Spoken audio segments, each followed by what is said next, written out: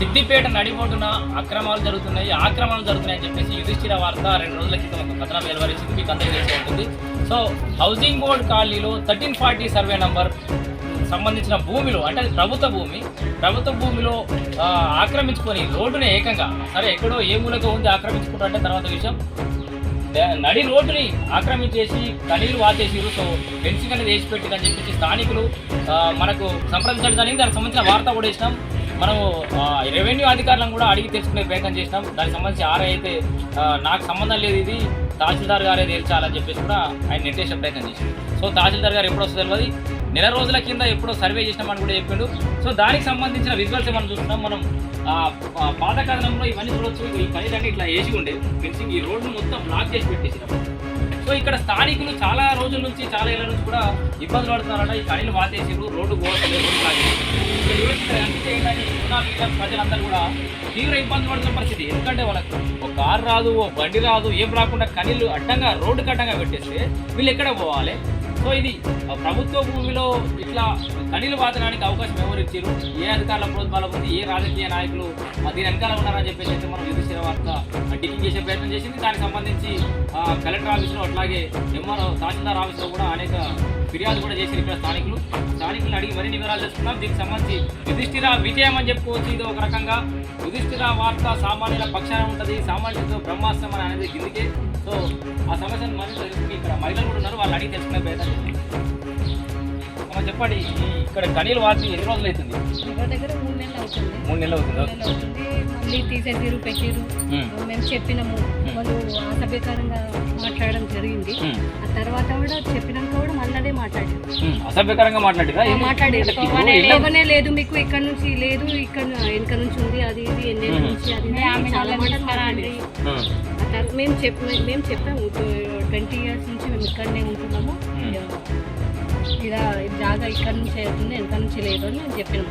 ఆ తర్వాత కూడా అదే మాట్లాడినాం. సో చెప్పడం ఎట్లా అనిపిస్తుంది? మా యుధిష్ఠిర వార్త దగ్గరికి వచ్చి వార్త చేసిన తెల్లారి మళ్ళీ గుర్తిస్తున్నట్టున్నారు కదా. ఇప్పుడైతే మాకు చాలా సంతోషంగా ఉంది, మంచిగా అనిపిస్తుంది. మాకు ఇక ఇట్లానే శోభ ఉండాలి అని మేము అనుకుంటున్నాం. ఇప్పుడు ఈ కానీలు ఇలా తీసేస్తే మాకైతే చాలా సంతోషం. ఇంకా ఇంకేం సదుపాయాలు కావాలమ్మా మీ కాలనీకి? లోపడుకున్నట్టు ఒకటి కావాలి అంతే, మాకు ఏం లేదు. మాకు శోభ కావాలి, ఒక సిసి రోడ్ వేయాలి.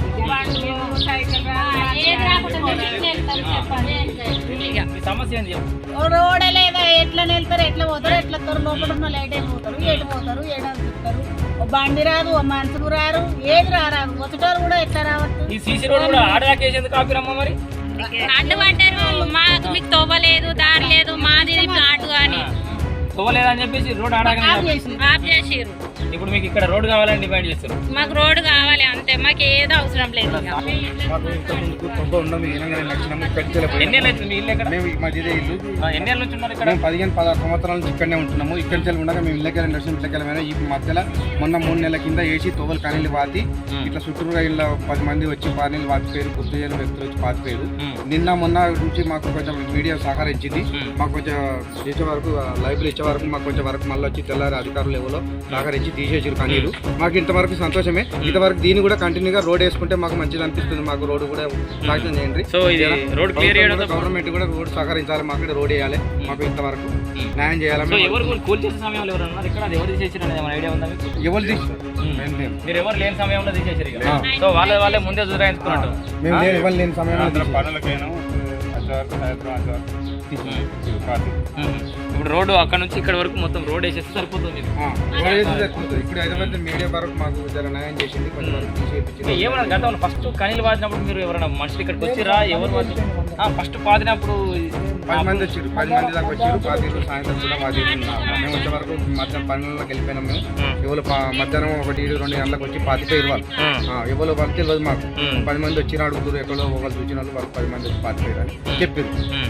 తర్వాత మీరు ఎవరు పాతిరని మీకు తెలియలే, ఎక్కడెక్కడ కంప్లైంట్ ఇచ్చారు? మేము అక్కడ సిద్దిపేటలో ఇక్కడ మున్సిపల్ ఆఫీస్ కాడ, అక్కడ ఎంఆర్ఓ ఆఫీస్ కాడ ఇచ్చినాం, కలెక్టర్ ఆఫీస్ కాడ ఇచ్చినాం, ఈడ అక్కడ 2-3 జాగాలు ఇచ్చినాం, 4 ఆర్డీఓ ఆఫీస్ కాడ కూడా ఇచ్చినాం, ఆర్డీఓ చెప్పి కలిసినాం, సార్లకు కూడా కలిసినాం. ఇక్కడ ఈ ఆయన సుతా అని అడిగితే మాకు 25,000 గతం గిట్లా కావాలని చెప్పి పైసలు ఇస్తామని చెప్పి వాళ్ళు ఎవరు వాళ్ళు ఇక్కడ ఉన్న వాళ్ళ ఆ. అంటే 25,000 గజం ఇస్తే ఈ కణీలు తీసేస్తామన్నారు మళ్ళీ. తీసేస్తాం. అప్పుడు అంటేనే మేము ఆ భయపడి అన్ని పైసలు మా దగ్గర లేవని మేము సబ్జా కొట్టుకుంది ఇక్కడ దగ్గర అక్కడ దగ్గర అధికారుల దగ్గర పోవచ్చు వచ్చింది. సో కబ్జా చేసిందే కాక ఇంకా పైసలు డిమాండ్ చేసిన అన్నట్టు ఇంకా. డిమాండ్ చేసి సో మొత్తంగా ఇది హౌసింగ్ బోర్డు సిద్దిపేట నడిబొడ్డున హౌసింగ్ బోర్డులో ఉన్నటువంటి పరిస్థితి. యథేచ్ఛగా రోడ్డుని ఆక్రమించి రోడ్డుకు అడ్డంగా కనీలు వాతి ఇక్కడ మీకు రోడ్డు లేదని చెప్పేసి మీకు రోడ్డు కావాలంటే గజానికి 25,000 చొప్పున మీరు చెల్లిస్తే మీకు అక్కడ నుంచి రోడ్డు ఫెసిలిటీ కల్పిస్తా అని చెప్పేసి ఎవరు ప్రైవేట్ వ్యక్తులు చెప్పారు. గుర్తు తెలియని వ్యక్తులే వచ్చి కనీలు వాతిపోయారు, గుర్తు తెలియని వ్యక్తులు వచ్చి ఆ కనీలు వికేసిన పరిస్థితి. మరి అధికారులు వీరికి పీకేసిరా లేకపోతే జిల్లా యంత్రాంగమా లేకపోతే తహసీల్దార్ ఆఫీస్ నుంచి ఎవరైనా వచ్చిరా కూడా మనం అధికారులను వివరాలు తెలుసుకునే ప్రయత్నం అయితే చేద్దాం. సో మొత్తంగా ఇది యుధిష్ఠిర వార్తలో 2 రోజుల క్రితం వచ్చినటువంటి కథనానికి స్పందన ఇది. ఆ కథనంలో హౌసింగ్ బోర్డు కాలనీలో ఇక్కడ కనీలు వాటి రోడ్డు కట్టంగా ప్రభుత్వకి సంబంధించిన భూమి 1340 సర్వే నంబర్ను ఈ కనీలు వాడుతారని చెప్పి మనం కథనం వేసినాం.